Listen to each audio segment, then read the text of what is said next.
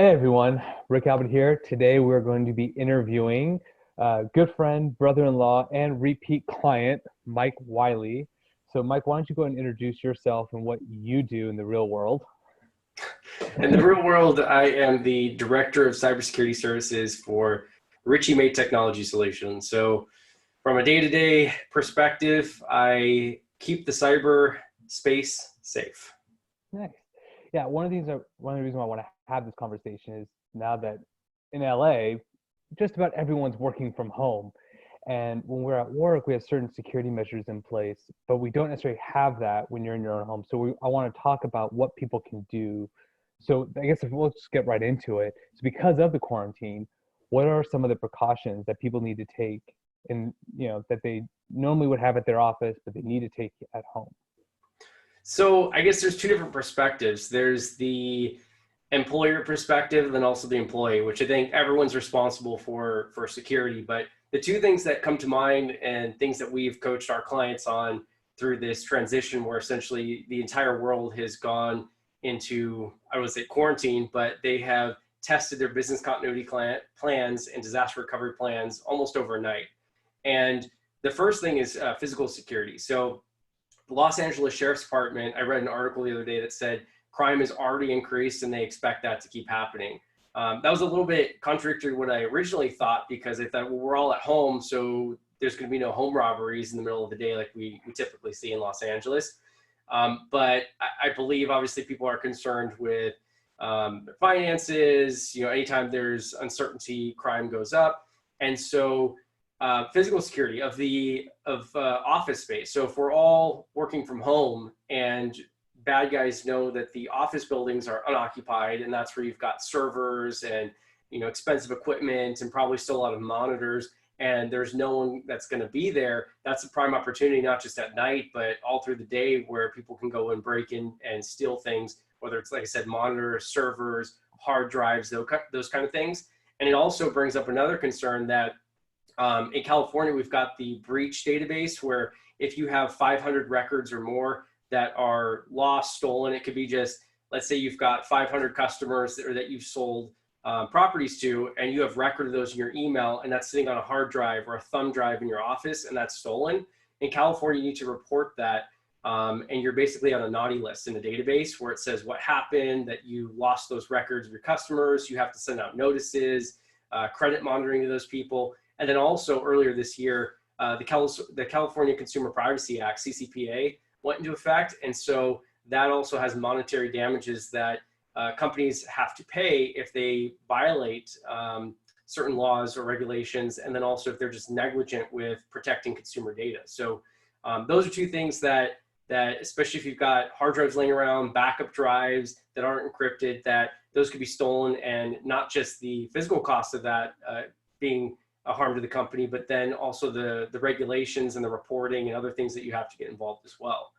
I'd say the second piece is remote access. So a lot of companies weren't set up for that. They don't have a remote access policy. They don't have procedures on best practice for remote access. And so all of a sudden people are doing whatever they can to get their work done and keep their jobs, but they didn't think that through, and they had a couple of days or sometimes overnight to prepare for this.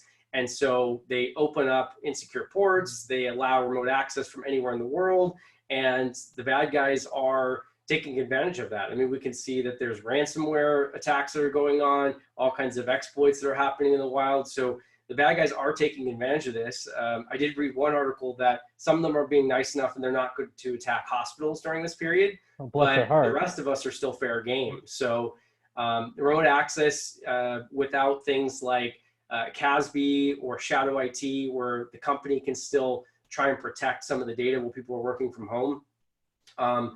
Another concern is Wi-Fi. So we went from a typical organization, you have maybe one location, two locations, so on. And the IT department, security people, they know that network. They know the ins, the outs of it. They understand how to troubleshoot it. Well, all of a sudden you have, if you've got 500 employees, you now have to manage 500 networks. And everyone has their own configuration, their own routers, their own speed. So that's a challenge. And a lot of times home Wi-Fi is not very secure. You're probably on the same network as your kids playing Xbox or your kid's computer, which they're downloading all kinds of things off the internet. It's basically one big network, and anything that's traversing the wireless signal could potentially be intercepted by someone who maybe hacked your kid's Xbox or sitting in a van outside or whatever it is. If you've got an open wireless network, a lot of times those are reported on certain websites where anyone has access to it, and they post it that this person in this location has wireless that's not encrypted and it's open for the public. So the whole world knows that basically they can join your network and sniff your traffic and see what you're doing online. So those are probably the three that I'd be most concerned about from a company, and things that employees may want to think about before they just open up their work laptop, connect to their home Wi-Fi, and continue working. Okay, so kind of going off of that, is there anything at this point, since everybody's out of their office, Yep. is essentially the office now fair game, or is there anything companies can do now to at least try to protect what's there? So they could absolutely. I think IT departments right now are still overwhelmed, as I mentioned, Mhm. going from one network to now supporting 100 or 300 networks. And I can only imagine the calls that some of these people are getting in the middle of the night, like Zoom's not working or Teams isn't working or Slack. And then they have to figure out, well, is it the application? Is it the person's just slow internet speed, whatever it is? So I think it's going to be a little while before a lot of people have the capacity to do some of these things. Mm. So we just went right into work from home. But as soon as those resources open up, or if the company is able to outsource that to someone like Richie May Technology Solutions, where we come in and kind of help with some of these things, but absolutely things like setting up a VPN connection. So the employee working from home, all of their data is now encrypted, going back to the office. Sending out educational material like security awareness training. More than ever, this is the time to remind employees, hey, keep strong passwords. Don't let people use your work computer. It may be very tempting when you're working from home and your kid sees a laptop. Oh, can I go surf something, or can I look this video up on YouTube? You need to remind the employees that this is not the time to do those things, and reinforce those security best practices early on in this work from home experience. Mhm. And then as far as the physical security, obviously, if you still have access to the office, I would go in there and make sure things are locked down. I saw some liquor stores were boarding up their windows, preparing for a riot, but maybe not go that far, but make sure that hard drives have full disk encryption. There's endpoint protection like EDR, antivirus on laptops that you're handing out to employees. So yes, we're already in this situation, and probably a lot of those best practices weren't done.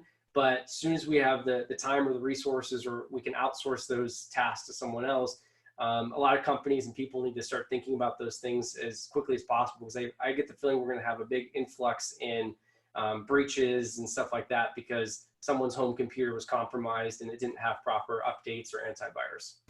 Okay, so from the office perspective, there might be something you can do as long as you have access. So Yeah, let's say you don't, and now you're stuck at home. What can someone who's computer illiterate, such as myself, do yeah. to Well, protect ourselves? so a lot of it's going to have to come down from the company themselves, Okay. right? So it's a little bit different if you are, let's say, a real estate agent and you are control of your own computer. Maybe you own your own computer. Definitely, there's a lot of things you can do. But in an organization where these things come from IT, it's a little hard, and I'd be concerned to recommend that you go out and buy your own antivirus or endpoint detection tools, or encrypt your own laptop. That's probably going to cause a bigger mess than good.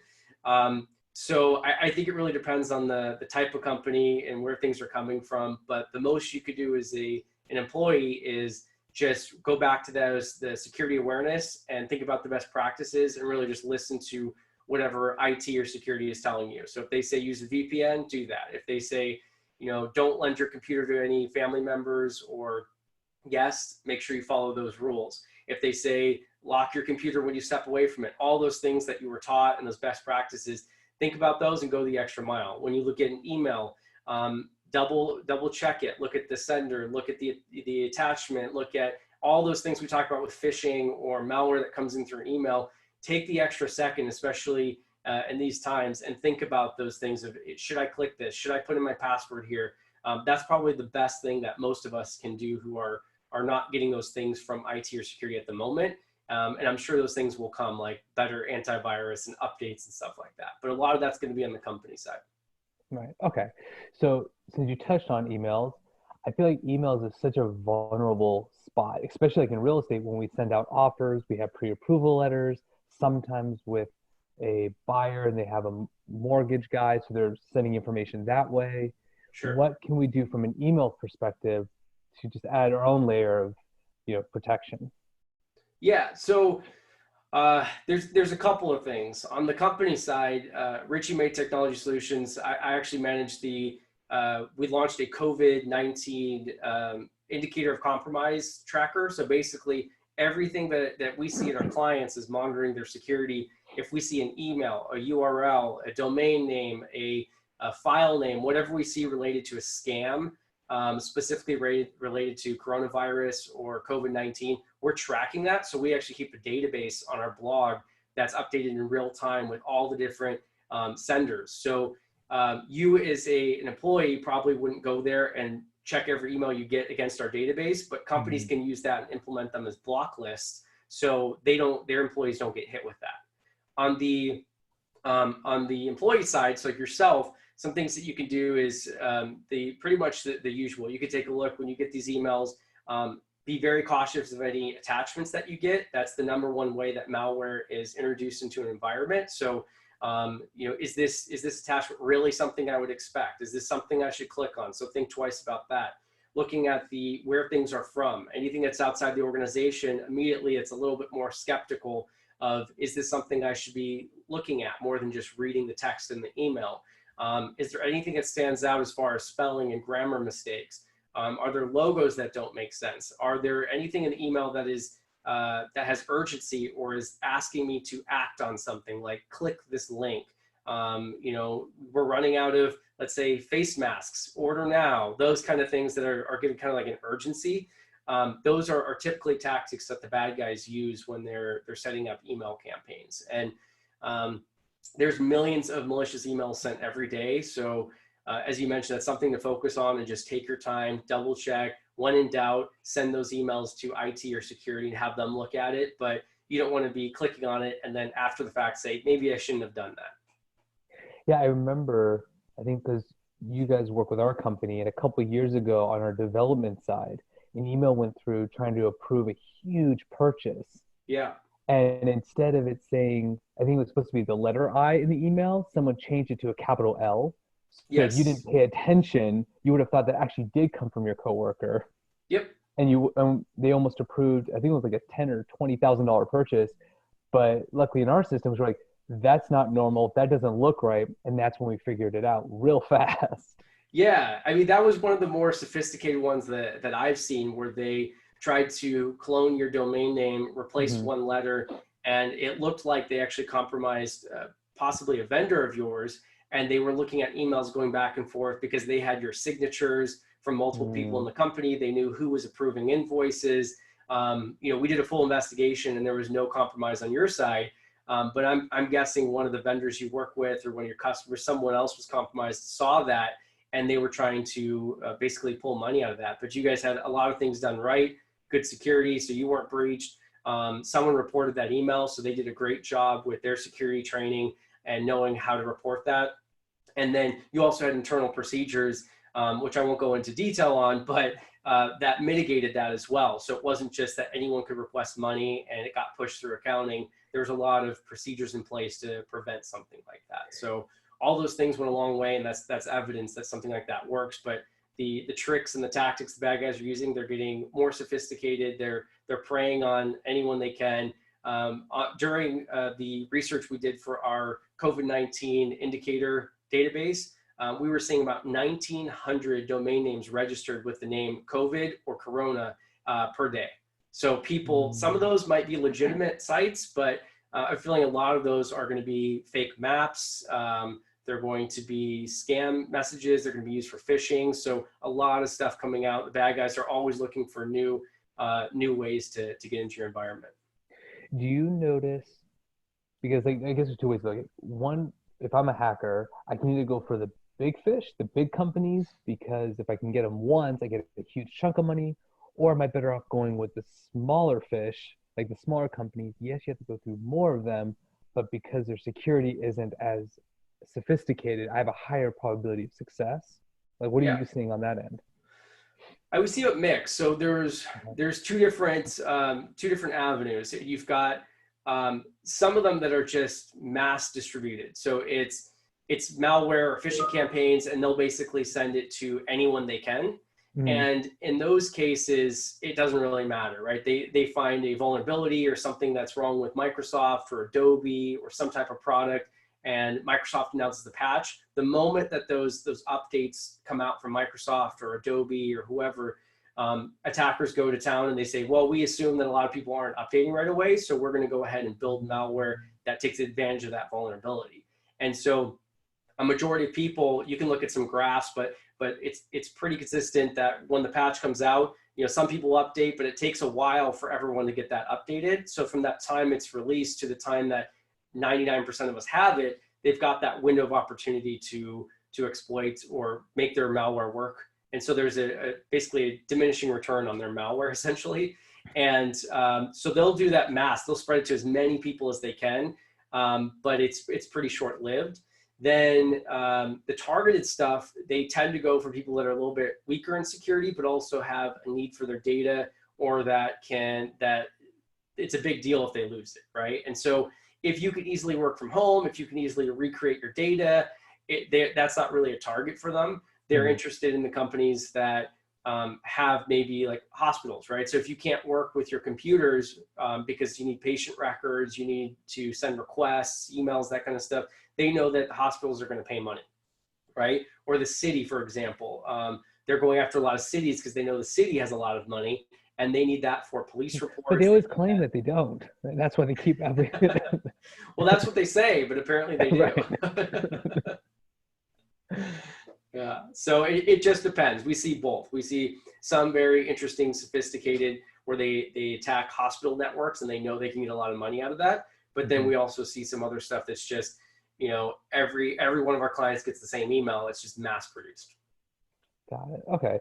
So so now let's talk about like a combination of both. Meaning if I'm a buyer or seller and I'm communicating with an escrow office, that might be a huge office, or a mortgage, lender, what precautions should really both sides be taking, knowing that emails can be easily compromised, people are exchanging time. I mean, I remember when I was applying for loans, they asked for my driver's license 3 times. Yeah. Like 3 different ways. So what can people do while they're under contract? Because even today, you can still complete a purchase or complete a sale. Sure. So one thing I think both sides can do, generally a well-established company, especially lender-wise, there's certain regulations out there like FFIEC. If you follow those frameworks, the big lenders have to adhere to that.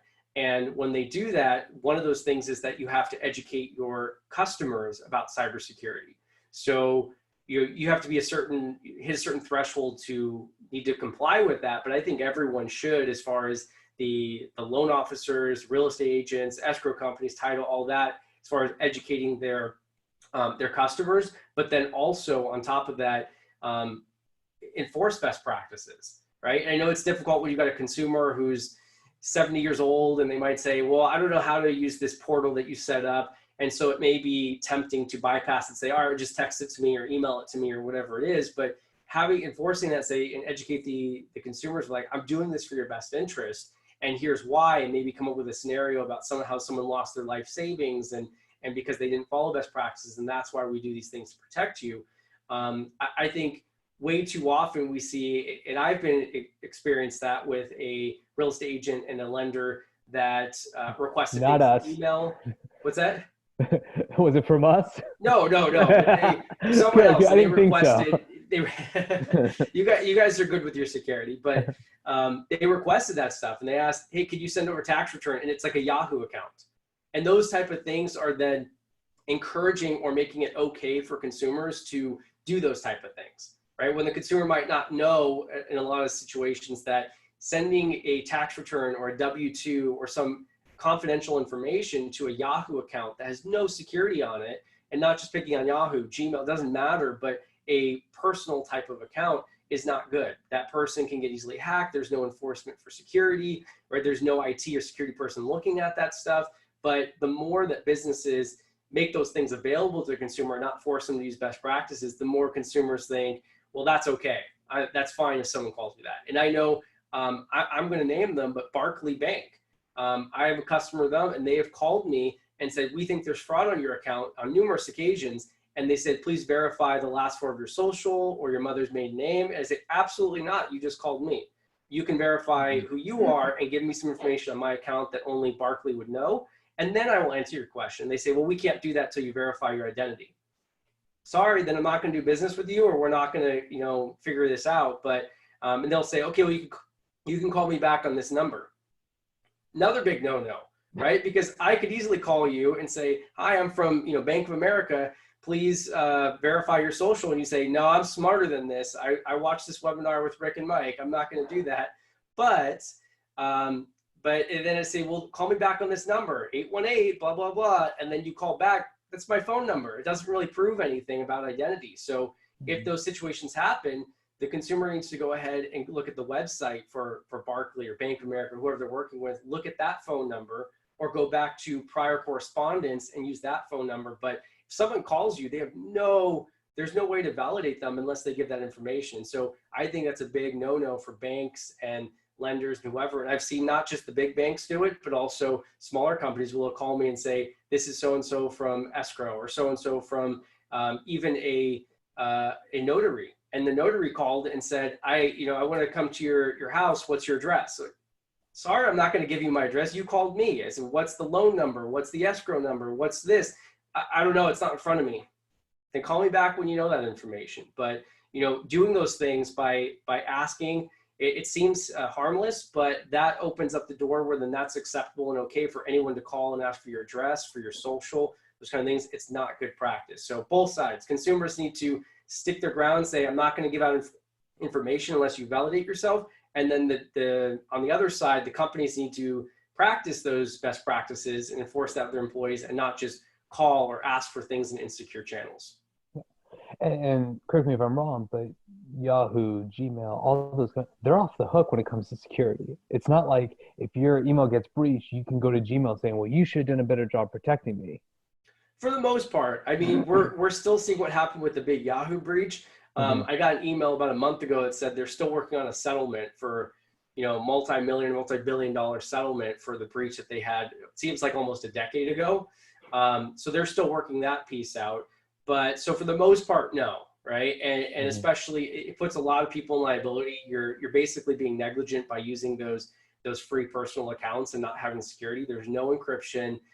What happens then let's even say, I'm going to pick on you, or, as a real estate agent, let's say that someone, I was getting a loan and I sent you my tax return.